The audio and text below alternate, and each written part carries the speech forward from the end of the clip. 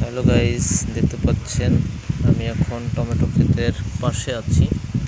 একজন কৃষক তার টমেটো ক্ষেতে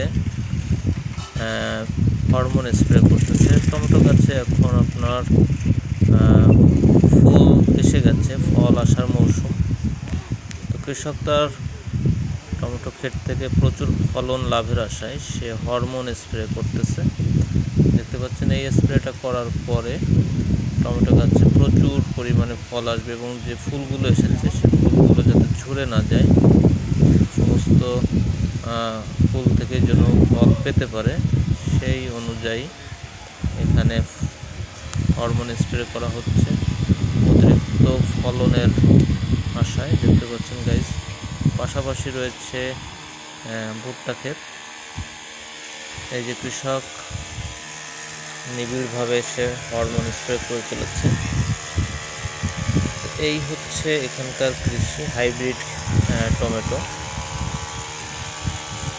কৃষক অতিরিক্ত লাভের আশায় এই হরমোন স্প্রে করে চলেছেন। যে কৃষি এখন হোক না কেন, হাইব্রিড বলেন আর দেশীয় বলেন, সবখানেই কিন্তু এই হরের একটা তাগিদ আছে কৃষকদের মাঝে। তো এই কৃষকও সেই হরমোন স্প্রে করে চলেছেন। তার যে খরচ এবং তার যে প্রফিট, এটা খরচ পুষিয়ে যাতে প্রফিটটা ভালো মতো পেতে পারে সেই জন্য সে এইভাবে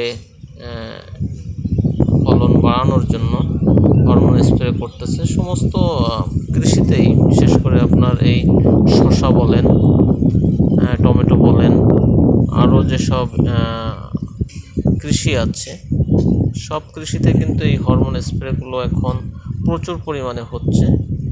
তো আমরা কি খাচ্ছি, বিষ খাচ্ছি নাকি সঠিক জিনিস খাচ্ছি, সেটা দেখার বিষয়। সবাই ভালো থাকবেন, ধন্যবাদ।